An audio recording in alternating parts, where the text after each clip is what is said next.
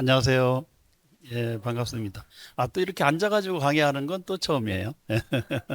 대접받는 느낌입니다. 예, 본래 그 강사는 서서 하고 공부하는 학생은 앉아서 하는 거는 옛날 그 로마 시대 때 그 그리스의 철학자들이 붙들려 와가지고 교수인데 노예였어요. 그래가지고 이제 교수는 서서 하고 배우는 학생은 저 양반 주인이니까 앉아서 듣고 이런 문화가 모르셨죠? 예, 그게 과거의 슬픈 기억이었다는 거. 그래서 우리 한국에서는 이렇게 그 뭐 강원이나 또는 서당에서 선생님이 다 앉아서 했거든요. 그런데 이제 대학 가니까 학교 가니까 전부 서서 하는 문화가 뭐 어쩔 수 없는 그렇게 자리를 잡았는데 어쨌든 처음입니다. 이렇게 앉아서 강의하는 건 제가 중앙성가대학교에서 36년 차 지금 재직하고 올해 퇴직입니다. 이렇게 36년 동안 앉아서 한 일은 처음이에요. 그래도 여기 오니까 대접받네. 감사합니다. 어, 사실은 이제 그 법화경을 뭐 3시간 만에 이렇게 다 공부하려고 하면 숨차죠. 이 법화경을 1년 내내 공부합니다, 본래는. 그런데 여기 워낙 그 공부하러 오신 분들이 뛰어난 인재시고 출중한 지혜를 갖고 계시다 보니 예, 그냥 3시간이면 된다. 뭐 이렇게 말씀을 하신 것 같아요. 여튼 함께 공부하게 돼서 반갑고 또 지난번에 한번 와서 또 낯이 익어요. 예. 그냥 또 오늘 뭐 거의 너무 많이 오셔가지고 한 300명 오셨나? 예. 어쨌든 이렇게 예. 마음은 그렇게 많이 오신 거잖아요. 그래서 또 더욱 반갑고 아시는 또 익숙한 얼굴들도 계셔서 더욱 감사드립니다. 법화경은 사실 이 동아시아 불교에서 굉장히 중요한 경전으로 알려져 있고 법화경을 소위 경전으로 하는 종단도 많이 있습니다. 대표적으로 천태종, 예, 대한불교 천태종도 그렇고 또 중국이나 일본에서 그 이제 신생종단, 새롭게 발전하고 있는 그런 신생종단들의 다수가 법화경을 소위 경전으로 하고 있습니다. 예. 그런데 이제 일본에서 들어온 한국에 정착한 종교 단체 중에 SGI라고 창각회라고 하는 단체도 이 법화경이 소위 경전이고 우리나라엔 또 아예 법화종도 있습니다. 예, 그래서 그 법화종도 소위 경전으로 하고 있고 일본의 일련종을 비롯해서 정토종 계열의 많은 종단 그들이 이 법화경을 중요한 신행생활과 수행의 방편으로 삼고 있습니다. 어, 대한불교 조계종은 조계종단의 경우는 법화경을 이제 공부를 하고 있습니다만은 금강경이 소위 경전이니까 상대적으로 법화경에 대한 소개는 좀 부족하지 않은가 이런 생각을 해봅니다. 그래서 저도 저 유튜브를 하는데 유튜브에 그 법화경 강좌를 이제 올리기 시작을 했어요. 네 번뿐이 안 올렸지만 이제 올리려고 합니다. 그래서 혹시 이 법화경 이렇게 공부해 보시고 부족한 게 있다 이렇게 생각하시면 어디 들어오시면 됩니까? 잠실불교문화원이라고 치고 들어오셔서 거기서 이제 또 이렇게 시리즈로 되는 공부를 좀 해나가셔도 괜찮겠다. 지금 제가 광고하는 겁니다. 그래서 주변에 또 이렇게 그 우리 불교 문화연구원을 비롯해 가지고 또 불교 학 연구원도 있고 그러니까 불교 학회죠. 예, 함께 공부하는 불자님들이 많아지시기를 바랍니다. 또 워낙 우리 훌륭하신 자연 큰 스님께서 지도를 해주시기 때문에 전국에 수많은 불자들이 동참하리라 생각을 합니다만은 또 이런 그 2학기 때부터 불교 대학도 운영하신다면서요? 그러면 거기도 좀 오늘보다는 적게 오셔도 좀 구름처럼 많이 오시기를 바랍니다. 이 법화경은 사실 우리가 법화경 이렇게 부르지만 또 다른 명칭이 묘법 연화경이라고 많이 알려져 있어요. 묘법 연화경. 그런데 묘법 연화경은 또 법화경을 공부하시는 분들 입장에서는 법화 삼부경의 하나다. 이 법화 삼부경은 법화 어, 경 또는 정법화경이라고도 하는데 거기에 세 가지 경전으로 구성이 돼 있다는 거예요. 그런데 우리는 일반적으로 그 세 가지 경전에 대해서는 잘 알지 못하고 그냥 묘법 연화경 또는 법화경 이렇게만 공부를 하고 있는데 앞뒤로 이 법화삼부경을 여는 역할을 하는 개경에 무량의 경이 있고 그 다음에 결론적인 경전으로 보현관경 또는 관보현행법경이라는 경전이 또 있습니다.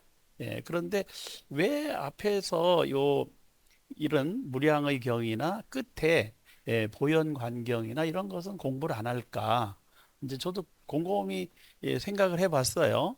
봤더니 요 앞뒤에 있는 경전의 내용이 사실은 또 법화경, 묘법 연화경 속에 또 포함이 돼 있기 때문에 굳이 이것까지 다 안 해도 된다 이런 생각으로 주로 묘법 연화경 또는 정법화경을 공부하는 경향이 있다 이렇게 이해가 됩니다.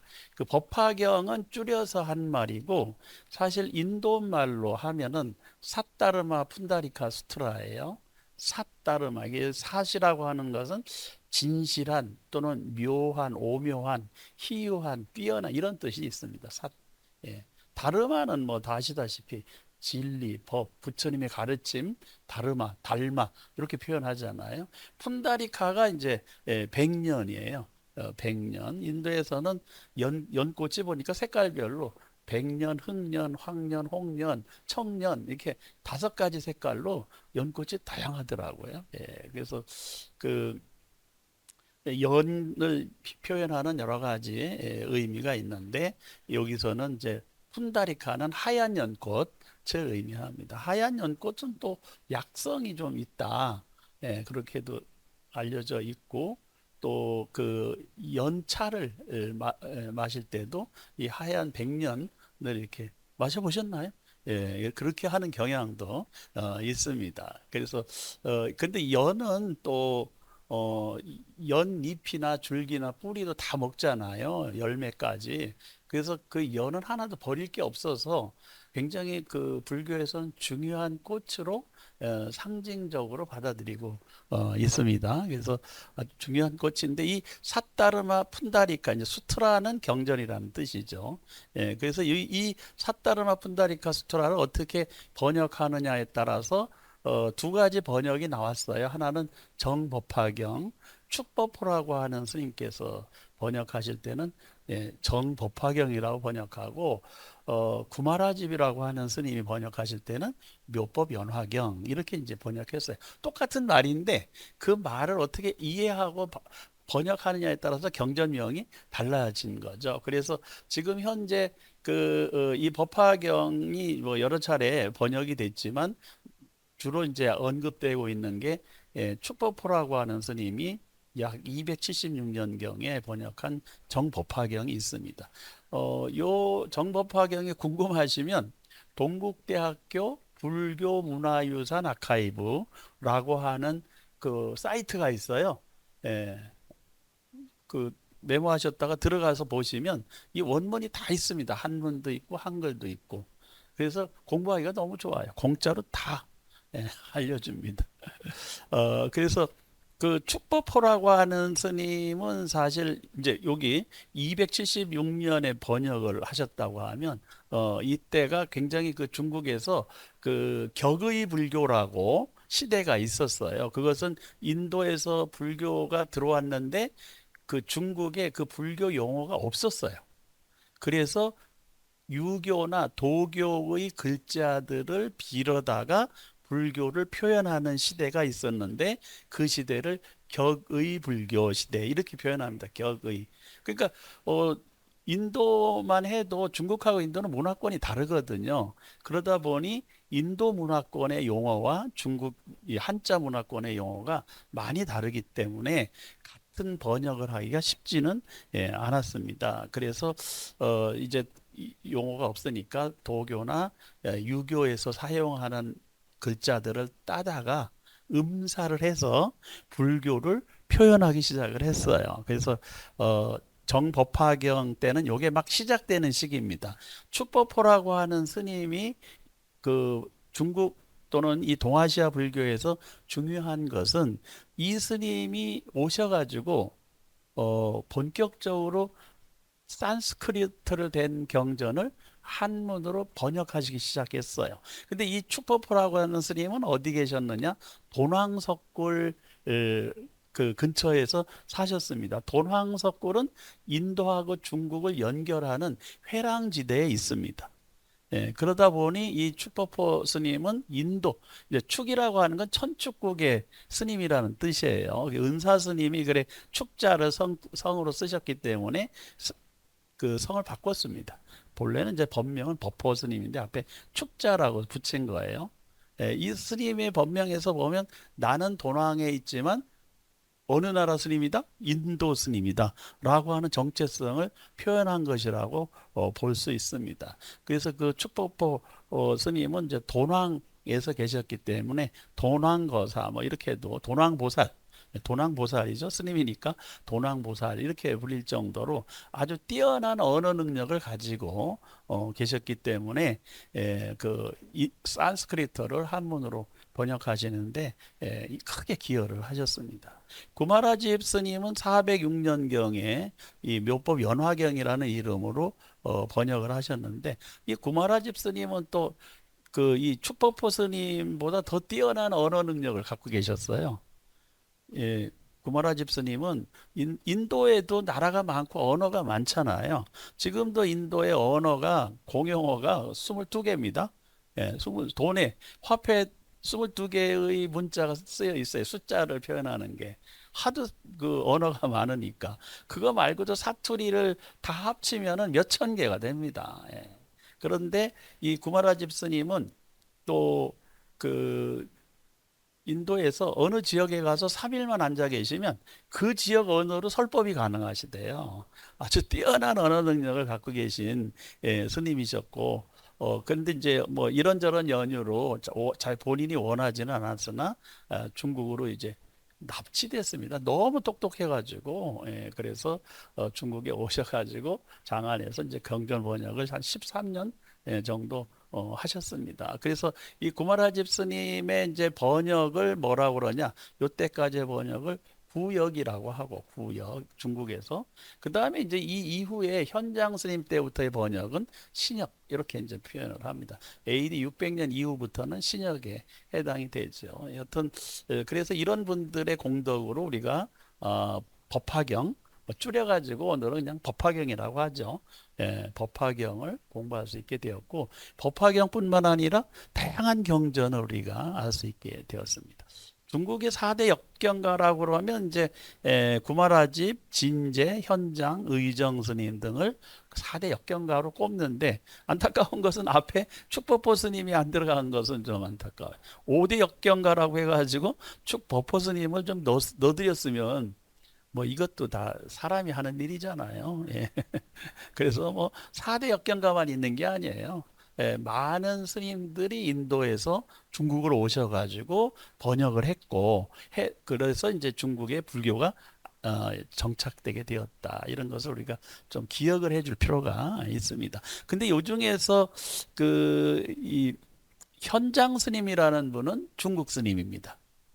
현장 스님, 중국 스님인데 인도에 19년을 구법 여행을 가셔가지고 수많은 경전을 또 수집을 하고 또 산스크리트를 공부를 하시고 그리고 이제 그 중국에 와서 또 번역을 하시니까 이제 앞에서 많은 스님들이 번역을 해 놓으셨잖아요. 이것도 다 검토하셨을 거 아니에요?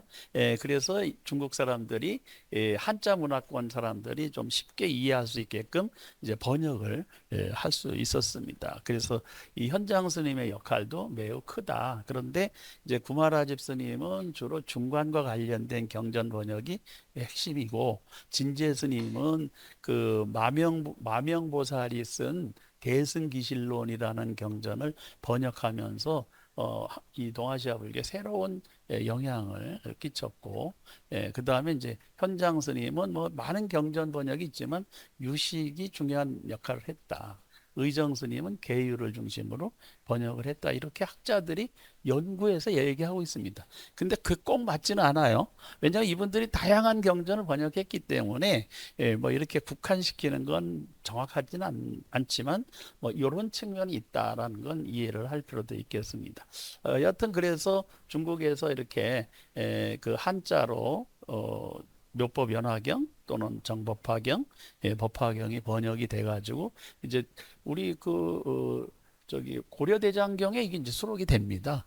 그래서 우리가 이 법화경을 공부할 수 있게 되었는데 그 중에서 이 묘법 연화경이 많이 유행하게 된 것은 구마라집 스님의 번역이 다른 스님들의 번역보다 좀 읽기가 편하고 운율도 좀 있고 독송하기 좋고 이런 면이 있어서 선택한 게 아닐까 생각을 해봅니다. 한글로도 뭐 많이 그 번역이 됐어요. 언제 최초로 한글로 번역이 되었을까? 우리말로 번역이 되었을까? 세조 때 조선시대 세조 때 간경도감을 설치했어요. 그 간경도감을 설치하면서 그 속에 묘법 연화경에 언해본이 번역이 됐습니다. 그래서 그 묘법 연화경에 한자도 있고 훈민정음을 세종대왕 때 반포했잖아요. 그래서 그 훈민정음의 방식으로 이 묘법 연화경을 번역을 했습니다. 그래서 그 번역된 것이 또 그 간경도감에서 그 출판이 되었어요. 책으로. 그 출판된 책이 7권입니다. 그래서 그 법화경이 7권으로 번역이 됐는데 그 7권 중에 한 권이 그때 뭐 수십 부를 찍어냈을 거예요. 몇 부를 정확히 했는지는 제가 현장에 없었어요. 심부름 하느라고. 심부름 하느라고 없어가지고 제가 이걸 일일이 세보질 못했어. 제가 결제 안 한 상황에서 책이 나가는 바람에 제가 생각하기에는 한 50여 부가 찍히지 않았을까 내 추측을 해봅니다만은 그런데 여하튼 그렇게 7권이 찍혀가지고 이제 배포가 됐고 그러면 뭐 왕도 한 권 줬게 한질 줬겠고 그 다음에 또 그때 큰 스님도 신미대사라고 계셨거든요. 이 스님도 한 부 안 가져가셨겠어요? 그리고 법주사로 이렇게 갔겠고 그래서 전국의 주요 사찰에 이게 좀 배포가 되고 또 신심 있는 불자 귀족이나 뭐 왕족에게도 이게 전달이 됐겠죠. 이제 그렇게 해서 전달이 됐는데 그 책들이 다 이렇게 제대로 남아 있질 않아요. 그런데 우리 학교의 어느 스님께서 그 묘법 연화경 그때 간경도감에서 출간한 초판본이죠. 그 7권 책 중에 마지막 7권 한 권을 우리 학교에 기증을 했어요. 앞에 1권에서 6권까지는 어디 갔는지 몰라요. 어딘간 있겠죠? 그런데 7권만 그 기증을 해가지고 우리 학교에서 문화재청에 보물 신청을 했습니다. 그래가지고 보물로 지정이 됐어요. 보물로. 그래서 그 보물로 지정된 책 한 권을 잘 보관하기 위해서 이제 그 교육부에서 그 금고를 만들어 줬습니다. 4천만 원짜리 금고를. 근데 이제 4천만 원짜리 금고를 넣어서 보니까 이게 숨어 있잖아요. 그래서 좀 드러내서 그 하려고 또 우리 중앙성가대학교 도서관 1층에 대장경 연구소가 있습니다. 대장경 전시관. 그러니까 전국에 전 세계에 있는 대장경을 전부 모아놓고 그리고 전시를 하고 있습니다. 서고죠, 서고. 근데 거기에 이 책이 있어요. 그래서 사본이 있습니다. 진본은 여기다 두면 안 되잖아요. 그래서 도서관에 사본을 가면 볼 수가 있고, 그 다음에 이제 이게 수장고가 필요하다. 그래가지고 한 10억 들여서 수장고를 지었습니다. 뭐 때문에? 묘법연화경 제7권 때문에. 그런데 수장고를 지었는데 이 수장고가 좀 부족해. 그래가지고 올해 이제 그 작년부터 해가지고 정부에서 25억을 줘가지고요. 문수전이라고 지었습니다. 묘법 연화경 그 법화경의 공덕이 얼마나 큰지 아시겠죠? 그 7권 책 한 권, 7권이 다 아니고 앞에 6권은 누가 갖고 있는지 몰라. 7권만 있는데도 이렇게 그 큰 공덕을 보여주고 있습니다. 예. 그래서 이 법화경이 또 돈을 갖다 줄 것 같아. 예. 그래서 옛날에 그 어른 스님들께서 이 초기 초판본이죠. 초기 간행된 경전을 잘만 보관하고 있어도 그 후손들 지금 후학들이요 먹고 산다는 거예요. 문화재잖아. 법화경 안에 무슨 내용이 있는지는 몰라도 돼. 예. 책만 가지고 있으면 돼. 책만. 예. 그래서 이제 우리가 법화경 안에 5종 법사가 있습니다. 5종 법사, 5종류의 법사가 있다. 첫째가 수지법사. 책을 받아 지니는 게 법사예요. 그러니까 한자를 몰라서 법화경을 읽지를 못해도 조선시대에 간행했던 그 누가 필사로 했던 법화경만 하나 갖고 있어도 이건 엄청난 법사, 수지법사입니다. 그래서 이제 여러분들도 그 공부하는데 보니까 오늘 법화경 한 권 들고 온 분이 없으신 것 같아. 다 집에 책은 있으시죠? 예, 집에 책은 있는데 오실 때 무거워서 안 갖고 오신 거야. 내가 보기엔.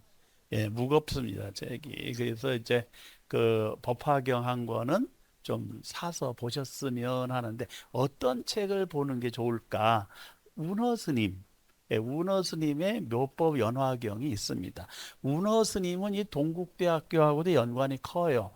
동국대학교 역경원을 처음 만드시고 초대 역경원장도 하셨고 봉은사 강남에 봉은사 있죠? 거기 주지도 하셨으면서 또 강남 봉은사에 역경장을 설치하시기도 했어요. 근데 봉은사에서 소임을 마치시고 어디로 가셨느냐? 봉선사로 가셨어요. 예, 그래서 봉선사에 계시면서 그 한글 대장경 역경을 그 상자이신 월운 스님하고 완결하셨어요. 예, 그리고 열반을 하셨는데 물론 뒤에 월운 큰 스님께서 이제 이어서 한글 대장경을 다 동국 역경원장 하시면서 간행을 하셨는데 그 중에 묘법 연화경이 운어 스님이 번역하신 묘법 연화경이 있습니다. 예, 그래서 운어 스님이 번역하셨고 운어 스님의 상자이셨던 월운 스님도 독경 그 저기 동국 역경원장을 하셨고 그래서 그 봉선사가 교종 사찰로서 그 경전 번역에 아주 엄청난 현대 한국 불교에서 엄청난 역할을 하게 된 것은 운어 스님과 월운 스님의 공덕이 큽니다. 이게 우리가 불자로서 뭐 묘법 연화경에 무슨 얘기가 있는지 몰라도 괜찮아. 예, 그러나 묘법 연화경이 이 번역이 되고 전파가 되는데 이 두 스님의 공덕을 잊어서는 안 됩니다. 예, 그 큰 스님들의 법력을 기억해주고 그 스님들의 공덕을 찬탄하는 것이 불자로서의 의무이기도 하고 그게 공부하는 불자들의 자세이기도 하다. 전 그렇게 봅니다. 그래서 법화경 또는 묘법 연화경을 번역한 많은 스님들이 계셔요. 제가 불자도 있습니다. 또 책도 많이 나왔고 그러나 이 운어 스님의 묘법 연화경 요거는 이제 한 권씩 사서 집에 책이 있다. 그럼 어떡합니까? 다른 사람 주면 돼. 예, 주면 돼. 예, 그게 수지법사다. 예. 그 다음에 이제 읽으면 독법사, 외우면 송법사. 저같이 설명해 주면 해설법사, 써서 주면 사경법사. 그게 5종 법사예요. 수지, 독송, 해설, 서사. 예, 그 5개 중에 한 가지만 해도 괜찮습니다. 아니, 다 하면 뭐 금상첨화고. 근데 좀 바쁘시잖아요. 예. 그런데 뭐 법화경 내용은 잘 모르겠고 여하튼 그러나 뭔가 좀 부처님 가르침을 전하는데 기여하고 싶다. 그럼 어떡 하라? 책 한 권 사서 예, 눈 밝은 사람한테 줘라 이거죠. 예, 그것만 해도 무량한 공덕을 짓는 겁니다. 뭐 무량 공덕 짓는 게 어려운 게 아니에요. 예. 그래서 운어 스님의 묘법 연화경 이거 이제 한 번씩 예, 사서 보시기를 권해드리고 근데 운어 스님의 그 묘법 연화경이 이제 좀 기존의 판이 있고 새로운 판이 있는데 저는 기존의 판이 더 좋다고 보는데 새로운 판은 좀 그 이제 새로 출판이 됐습니다. 예. 그 동국대학교 출판사에서 했는지 뭐 이건 새로 출판이 됐는데 제가 열심히 이제 다른 데서 강의를 1년 내내 하고 있어요. 그래서 열심히 읽어보는데 이게 오탈자 교감이 좀 부족해. 그래서 이제 그거 책 출판하신 분들은 이 방송 보시겠죠? 저한테 와서 뭐가 틀렸어요라고 물어봐요. 네. 열심히 읽어보면 오탈자가 나오더라고요. 그러나 뭐 책은 출판하면서 다 문제는 있는 건데 고쳐가면서 또 하는 거죠, 뭐. 그래서 여튼 운어스님의 몇법 연화경을 좀 많은 분들이 수지하고 독송하고 해설하고 서사했으면 좋겠다 이런 생각을 갖습니다. 이 이제 모든 경전이 만들어질 때 대개 이제 부처님께서 설법한 걸 기록을 하잖아요. 그래서 그 기록할 때 원칙이 있어요. 원칙이. 그게 그 이 부처님의 가르침을 가장 많이 설법을 들은 분이 누구냐? 안한존자입니다. 안한존자는 아예 출가할 때 원력이 나는 부처님의 가르침을 하나도 빼놓지 않고 듣고 이걸 다 외우겠다. 이게 출가의 원력이었어요. 근데 이제 안한존자가 뭐 여러 그 과정을 거쳐가지고 시자가 되었을 때 아주 전적으로 부처님 가르침을 옆에서 듣고 다 외웠습니다. 그래서 안한존자는 부처님의 직제자들 중에서 총명제일이에요. 한 번 보고 들으면 잊어버리질 않아. 완전히 머리가 컴퓨터입니다. 요즘 뭐 이렇게 그 세태로 설명한다면 거의 인공지능에 가깝다. 인공지능이시지 한 번 보면 잊어버리지 않으니까.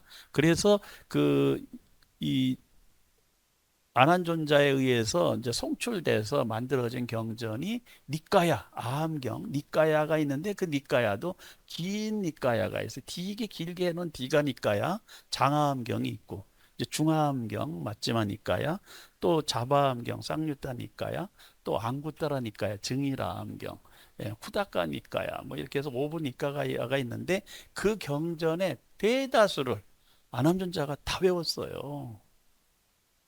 그래서 이거 안한존자가 다 외울 수 있을까? 저는 이제 의심도 들었습니다. 솔직히. 왜냐하면 내가 외워보니까 안 되더라고. 나같이 머리 좋은 사람도 못 외우는데 안한존자가 어떻게 외웠을까? 이런 생각을 해봤어요. 그런데 이제 안한존자는 뭐 거의 인공지능급이시기 때문에 절정을 넘어서 초절정 단계에 올라가신 제가 쓴 용어 잘 기억하시면 이제 이해하는 분도 계세요. 이류 이류가 있고 인류가 있고 초인류가 있고 절정이 있고 초절정이 있어. 안한존자는 초절정 단계의 근기를 가지신 그런 분이니까 부처님의 가르침을 다 읽고 외우고 듣고 외우고 또 그걸 송출해서 경전으로 만드는데 크게 기여를 했습니다. 그래서 그 경전이 이제 시작할 때 한문 경전은 대개 여시 아문, 여시 아문 이렇게 할 때 그 여시가 이와 같이라고 하는 건 확고한 신심의 표현이다. 그러니까 이 얘기는 뭐 이런 내용이 중요한 게 아니라 경전을 공부할 때는 뭐가 중요하다? 신심이 중요하다. 물론 이웃 종교는 신심 없이 공부하기도 해요. 요즘 뭐 보니까 금강경을 쓰는 금강경 책을 낸 목사님도 계시더라고. 예, 모르세요? 예. 그 또 내가 이름 얘기하면 또 그분 폐가 될까 하는데 어쨌든 이주연 목사인가 그분이 금강경 책을 냈습니다. 도올 김용옥 선생도 금강경 책을 냈어요. 그분 신학대 교수시잖아. 예. 근데 뭐 종교가 뭔지는 잘 모르겠지만 여하튼 신학대 가서 교수할 정도면 뭐 근데 그런 분들이 여기저기서 이 그 책을 많이 내요. 금강경 책도 내고. 그래서 이제 다른 종교인들도 불교를 공부하고 경전을 많이 공부합니다. 근데 다른 종교인들이 불교를 공부하는데 쉬운 것은 뭐냐? 믿으라는 얘기가 없어요. 부처님을 믿으라는 얘기가 없습니다. 금강경에 무슨 믿으라는 얘기가 있어요? 없습니다. 근데 잘 보면 신심이 전제돼 있는데 이제 그걸 모르고 공부하는 거지만 그래도 뭐 직접 부처님을 안 믿으면 뭐 공부를 못 한다 이런 얘기가 없잖아요. 그러니까 너도 나도 이제 불교 공부를 하고 경전을 공부하는 이 경향이 있습니다. 그런데 불자들은 또 우리들은 대승보살의 길을 가고자 원력을 세운 불자들은 확고한 신심으로 무너지지 않는, 퇴전하지 않는, 불퇴전의 신심을 가지고 공부를 할 때 공부가 훨씬 일치월장한다. 그리고 기왕에 공부를 할 때 어떤 마음으로 해야 되냐? 나는 대승보살의 길을 가면서 성불의 길을 함께 가겠다. 이렇게 발심을 한 그 초발심 보살이 필요해요. 그런 초발심을 일으킨 보살의 공덕은 누구와 같다? 부처님과 같다. 어디서 얘기하고 있어요? 화엄경 초발심 공덕품에서 얘기하고 있습니다. 그러니까 그래서 그 대승보살의 길을 가겠다라고 발심을 한 보살의 그 신심과 원력은 누구와 같다? 부처님의 버금간다. 이렇게 얘기할 수 있으니 기왕에 경전 공부하고 무량공덕을 짓고자 하는 불자님들이 계시다. 그러면 어떻게 되겠어요? 나는 한 글자를 배워도 대승보살과 같은 마음으로 실천하겠다. 이런 생각을 하라는 겁니다. 그래서 신성치, 확고한 신심이 필요하다. 그 의지처가 우리는 그래서 절에 오면 삼배하고 삼보에 귀의하고 이런 마음을 표현하잖아요. 그다음에 문성치는 이제 여시 문에 해당이 되는데 문은 그 이제 그 안한존자가 들었다는 거에 배웠다. 아문에 아가 나자가 아니라 안한존자 아자입니다. 안한존 나자를 써도 그게 나라는 뜻이지만 그 나가 누구예요? 안한존자입니다. 안한존자가 제가 이렇게 들었습니다라고 얘기한 거예요. 그런데 그러면 이제 안한존자가 들은 가르침을 우리가 공부를 하지만 지금은 누가 듣고 있어요? 네가 여러분 각자가 듣고 있잖아요. 그러니까 이 경전이 만들어질 때는 안한존자가 들었고, 그래서 그 아는 안한존자 아자는 맞는데 지금 이 순간에 아는 누구예요? 나 자신인 거죠. 내가 원력을 세우고 신심을 가지고 내가 듣고 있다. 그러니까 내가 이제 안한존자가 되면 되지 뭐. 여러분들도 또 머리가 너무 좋으셔가지고 다 들으면 다 외우잖아요. 지금 보니까 뭐 쓰는 분이 별로 없네. 전부 막 한번 들으면 머릿속에 쏙쏙 들어가니까.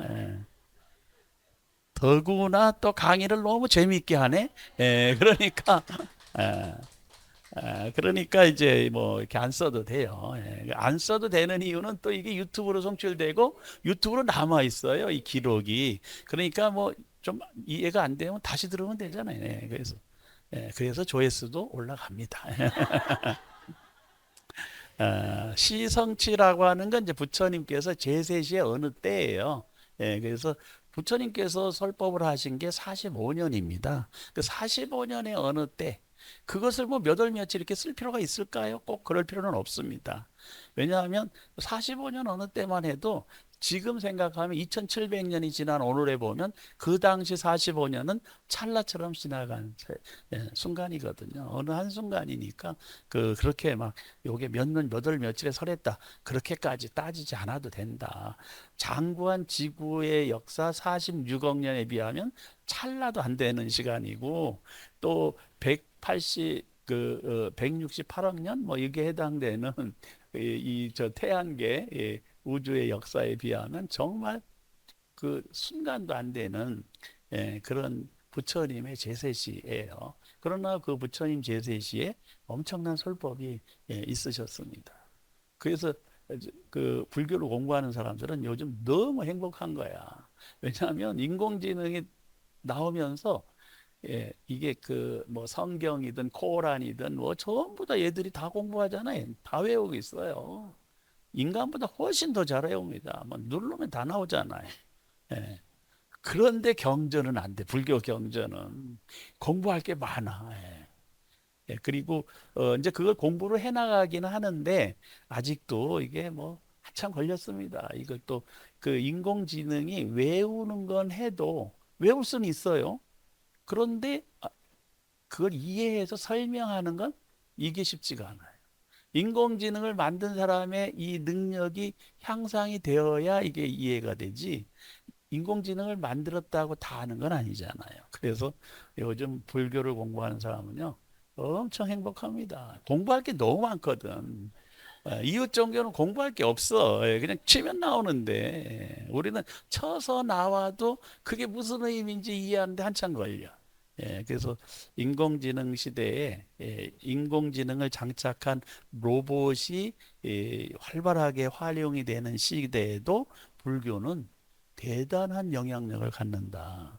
그 미래의 종교에 살아남을 수 있는 유일한 종교가 있다면 무슨 종교다? 불교다. 부처님의 가르침이다. 왜냐하면 인공지능이 깨달을 수가 없어. 외울 수는 있어요.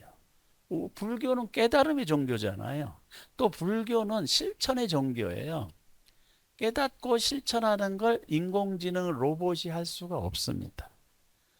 시켜야 해. 자발적으로 하려면 앞으로도 상당 시간이 걸리는데 그렇다고 해서 그 인공지능이 부처님의 깨달음을 다 체득할 수 있다. 이렇게 볼 수 없어요. 왜냐하면 그걸 만든 인간이 체득되지 않으면 체득이 뭔지 모르는 거야. 그래서 인공지능 로봇이 아주 이제 극성스럽게 앞으로 4, 10년 이내에 뭐 빠르면 3년, 1년이 지날 때마다 기존의 인공지능의 그 능력이 40배에서 50배 발전한대요. 향상된답니다. 그러니까 5년 뒤에면 엄청난 지능이 발전을 하는데 그럼에도 불구하고 불교는 공부할 게 너무 많다. 그래서 좀 여유롭게 길게 바라보시면서 천천히 뭐 이 생이 안 되면 다음 생에 하지 뭐 이런 생각으로 하셔도 됩니다. 그러다 보면 이 생에 다 되기도 하겠죠. 그래서 이제 그 시성치라는 게 있고 주성치는 모든 설법은 누가 해요? 부처님께서 하십니다. 그 설주는 석가모니 부처님이 설주신데 이 묘법 연화경도 석가모니 부처님이 설주신 건 맞아요. 그런데 모든 내용이 부처님 입을 통해서 나온 거냐? 부처님 입 그러면 죄송한데 금구 그럽니다. 금구. 부처님의 입 금구라고 해요. 그래서 부처님의 금구를 통해서 나온 것이 전부 이 경전에 쓰여져 있다. 이렇게 얘기할 수는 없습니다. 대승경전은 특히 그러나 부처님께서 직접 설하신 내용을 바탕으로 이 설법을 하고 있다. 그래서 묘법 연화경, 법화경을 공부할 때 이게 거의 그 숨은 그림 찾기, 숨은 그림 보물 찾기와 같아요. 법화경 내용 중에서 부처님께서 직접 설하신 게 뭘까? 이걸 찾아내는 사람은요 엄청난 공부가 된 거예요. 부처님의 가르침을 꿰고 있는 사람은 척 보면 알아. 여러분들이 거기에 속하시죠? 예. 그래서 이제 이 강의를 들으면 그 핵심 키워드를 할 수 있어요. 그러니까 묘법 연화경, 법화경 전체의 내용 중에 부처님께서 직접 설하신 내용이 있고 그걸 바탕으로 이제 이렇게 살이 붙고 또 해석이 붙고 또 예화가 붙고 이런 형태가 되었다. 이렇게 이제 이해를 하시면 대승경전은 그렇게 되어 있다고 보시면 됩니다. 그래서 이제 화엄경 같은 경우에는 부처님께서 이제 완전한 열반의 길로 가시면서 설법을 하셨는데 천상으로 올라가시면서 설법을 하셨는데 문제는 천상에 올라가시면 설법 이불로 설법할 수가 없어요. 육신은 어디에 있습니까? 땅에 있어. 예. 그리고 이 법력이 이제 그 부처님의 이 정신, 깨달음의 세계가 이제 천상으로 펼쳐지는데 직접 부처님께서 입을 열어서 말씀하실 수가 없는 상황이죠. 그래서 그 화엄경에서는 대승보살이 깨달은 대승보살이 부처님의 선정에 들어가서 그 가르침을 이해하고 대신 설하는 내용으로 되어 있어요. 그게 맞아요. 그래서 이 지금 법화경에서도 두 부분으로 크게 나눠집니다. 부처님 계실 때 수기를 주신 부분이 있고 또 그 부처님이 열반하시고 나서 그 역할을 대신하는 대승보살의 활동 영역이 있다. 크게 나누면 이 두 부분이에요. 그래서 법화경은 이제 나중에 다시 한번 말씀드리겠습니다만은 28품까지 되어 있습니다. 27품으로 되어 있는 것도 있어요. 그게 뭐 27품이냐 28품이냐 이건 요걸 여기다 붙였느냐 안 붙였느냐 이 차이니까 큰 의미는 없으나 어쨌든 28품으로 된 게 그 묘법 연화경이 28품으로 되어 있습니다. 이제 그 중에 14품을 전반부 또 15품부터 28품까지는 후반부 이렇게 이제 얘기를 하고 있는데 그 후반부의 내용의 핵심은 대승보살이 등장을 합니다. 예, 그래서 대승보살이 대신해서 부처님의 허락을 얻어서 그래서 설하는 내용으로 구성이 되어 있다. 이렇게 또 이해하시면 경전을 바라보고 공부하는 재미가 있습니다. 근데 이걸 모르고 보면은 야 이게 사실이냐 아니냐 이런 회의에 빠지거나 의심을 일으키거나 막 해서 결국은 법화경 공부를 때려치는 경우도 있을 수 있어요. 예, 그러실 필요가 없다. 그래서 예. 그래서 이제 이 설주는 석가모니 부처님이 맞습니다. 그런데 그 가르침을 대신 전하는 사람도 있다. 그 대신 전하는 사람이 누구냐? 직제자. 부처님이 직제자. 지금은 이제 우리 스님들 계시잖아요. 스님들이 수행을 하고 공부를 하셔서 뭘 전하겠어요? 부처님의 가르침을 전해야지. 부처님의 가르침을 전하니까 부처님의 제자들인 거예요. 불제자가 되는 거지. 딴 얘기하면 부처님 직제자 또는 부처님의 제자가 아닙니다. 불자도 마찬가지예요. 불자 부처님의 아들이라는 뜻이잖아요. 부처님의 아들이란 부처님의 법을 계승한 사람이란 뜻이고 그럼 부처님의 법을 계승한 사람이 무슨 얘기를 해야 되겠어요? 부처님 가르침을 얘기해야 되는 거지. 예. 그래서 이제 우리 여기 모이신 불자님들은 집에 가든 친구를 만나든 항상 입에서 무슨 얘기가 나오겠어요? 부처님 가르침이 나오는 거지. 그 불자지. 남 헐뜯고 뭐 이런 걸 안 하시잖아요. 예. 시기 질투하고 이런 말은 일체 생각도 일어나지 않잖아요. 예. 그게 불자인 거죠. 예. 그래서 이제 그 설주가 석가모니 부처님이지만 그 부처님의 가르침을 대신 전하는 사람들이 있다. 그 대신 전하는 사람이 누굽니까? 여기 모이신 불자님들이시고 그렇게 대신 전하겠다고 발심을 한 분이 대승보살이다. 예, 나는 뭐 부처님 가르침 이만큼이라도 좀 실천해 보겠다. 이런 마음을 일으키면 그분이 대승보살이에요. 그래서 이제 보살 얘기도 좀 더 자세하게 해드리겠지만 그 법화경에 다양한 대승보살이 등장을 합니다. 그래서 그래서 아주 재밌는 경전이에요. 처성치는 어디서 했느냐? 영축산에 기사굴산이라고 있는데 한자로 써서 그렇고 영축산은 이제 기자구따 산이라고 영취산이라고도 합니다. 예, 근데 거기 가면은 매바위가 있어요. 그래서 그 매바위 매를 응자 한자로 매응이라고도 하잖아요. 그래서 응봉이라고도 합니다. 응봉. 그게 매바위 영축산 매바위. 근데 왜 매바위일까? 또 기짜구따산 독수리 바위 이렇게 또 표현해요. 그 올라가다 보면 독수리가 이렇게 비상하는 듯한 모습을 가지고 있습니다. 이제 이거 편집할 때 막 우리 편집하신 선생님이 그 독수리 독수리 그 영축산 모습 하나 넣어주시겠죠? 예, 어쨌든 그 독수리가 이렇게 비상하는 듯한 모습을 이제 하고 있어서 영축산 또는 영취산이라고 부르기도 하는데 그것을 기따구따 산 이렇게 이제 표현을 인도말로 하고 한자로 영취산, 영축산 이렇게 이제 번역을 해서 쓰기도 합니다. 그래서 거기서 그런데 사실 이 영축산에서 부처님께서 법화경을 설하셨는데 그 법화경을 설하신 내용은요 연꽃을 이렇게 들어 보이신 게 법화경 설법이에요. 이렇게 들어 보이신 세세한 얘기는 없으셨어요. 이렇게 들어 보이신 거야. 예. 그래서 이 법화경은 다양한 비유로 되어 있는데 가장 중요한 비유가 연꽃의 비유예요. 부처님께 들어보이셨기 때문에. 예. 그리고 이제 중성치는 이제 누가 들었느냐 이겁니다. 그래서 사부 대중이 들었다. 그럼 비구 비구니 우바세 우바이인데 천룡팔부중도 들었다. 천룡팔부는 뭐 하늘 천, 천신과 용신 그리고 다른 팔부 대중들이 있다는 거예요. 뭐그 그 김나라, 마우라가 뭐 별의별 그 근데 실제 할까요? 실제 할까요? 뭐 한다고 믿으면 뭐 하는 거겠죠. 근데 그런 그런 신을 믿는 인도 사람들이 있었다. 예, 코브라를 신으로 믿는 인도 사람이 있고, 원숭이를 신으로 믿는 인도 사람들이 있고, 또 소를 신으로 믿는 인도 사람들이 있는 거예요. 그래서 인도의 신이 5천 가지가 넘습니다. 그래서 그런 모든 신을 믿는 사람들 합쳐서 천룡팔부, 예, 이렇게 얘기할 수 있다.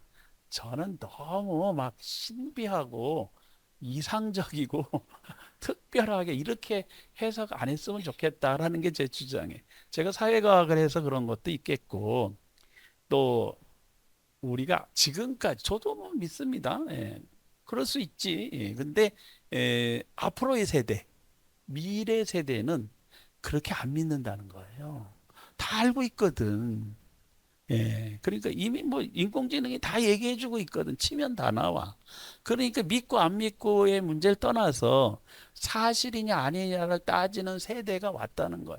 믿는다라는 건 우리가 신념 체계 속에서 마음속에서 간직하니까 그걸 믿든 안 믿든 건 자기의 문제인 거예요. 그런데 이게 사실이냐 아니냐 이건 객관적인 관점이잖아요. 근데 젊은 친구들이 객관적으로 종교를 보기 시작을 했다. 우리 엄마 아버지가 믿는 게 잘못된 것 같아. 이렇게 이런 눈으로 보고 있다는 거죠. 그 미래 세대에게 불교가 전해지려면 매우 합리적이고 타당성 있게 해석이 되어야 되고 그걸 바탕으로 해도 충분한 신심이 생긴다. 부처님의 가르침은 맹목적으로 믿으라. 이건 한마디도 없으세요. 어떻게 하라? 관찰해라. 있는 그대로 보고 들어보고 공부해보고 믿을만 하면 그때 믿으라. 이게 부처님의 가르침입니다. 그 2700년 전에 이미 부처님께서 그렇게 말씀을 해 놓으셨는데 왜 맹목적으로 믿으라고 하나요? 그건 잘못됐다. 맹목적으로 믿으라고 하는 종교는 앞으로 어떻게 된다? 다 도태해서 사라진다. 예, 그런 종교는 뭐가 돼요? 미신이 된다. 아니, 내가 미신이라고 하는 게 아니라 그걸 미신이라고 생각하는 사람들이 늘어나는 겁니다. 그래서 한국 사회나 전 세계가 공통적으로 뭐가 많아진다? 무신론자가 많아진다는 거예요. 종교에 관심이 없어져. 그리고 신심이 없어져요. 우리나라도 종교 인구 분포를 조사하면 벌써 60% 가까이가 나는 종교가 없어요. 젊은 애들은요, 80%가 나는 종교가 없어요. 이거예요. 그 왜 안 믿겠어요? 학교에서 배운 거 다르다. 그러니까 굉장히 이성적으로 종교를 보고 있다는 거죠. 예, 그래서 이제 그런데 그런 젊은 애들이 또 템플스테이는 왜 그래 올라오고 그래? 난 이해가 안 가게. 템플스테이는 아주 줄을 서요. 근데 그 템플스테이를 왜 오려고 할까? 또 제가 포교 차원에서 연구를 해보니 체험하고 싶은 거예요. 문화 체험, 또 수행 체험, 또 음식 체험. 예, 막 전 세계 막 유명한 셰프들이 우리나라에 쫓아와가지고 사찰 음식 배우고 먹고 가잖아요. 유명한 막 그 정치인들이 와서 먹고 가. 아, 그러니까 나도 먹고 싶은 거지. 또 젊은 뭐 BTS 예, 이런 또 젊은 인기 있는 스타들이 또 와서 먹네. 너무 좋다고 또 거기 뭐 SNS에 막 올리니까 나도 해보고 싶은 거야. 그런데 그때 그렇게 해보고 싶고 먹고 싶은 친구들을 오면 어떻게 해요? 참 먹여서 보내야지. 돈 받지 말고 공짜로. 예. 우리 애 속담에 있어요. 먹은 놈이 물킨다고. 공짜로 먹은 애들은요 나중에 보시도 하고 절에 와서 또 자기가 월급 타고 할 때는 또 와서 이제 공양도 올리고 합니다. 그러니까 젊은 애들 오면은 돈 받지 말고 열심히 공짜로 열심히 먹여줘야 돼. 그래서 이제 이 천룡팔부라고 하는 해석을 조금 현대적으로 할 필요가 있다. 이거 궁금하면요. 사실 제가 이 천룡팔부 하나하나 뜯어가지고 전부 해석해서 책을 써놨어요. 근데 돈이 없어서 출간을 못했네. 예. 그래가지고 어떻게 자연스님한테 어떻게 좀 국어를 해볼까 이렇게 생각. 여하튼 이제 사부대중의 의미들이 좀 있는데 어떻게 조금 50분 했는데 좀 쉴까요? 예, 조금 쉬겠습니다. 예, 고맙습니다.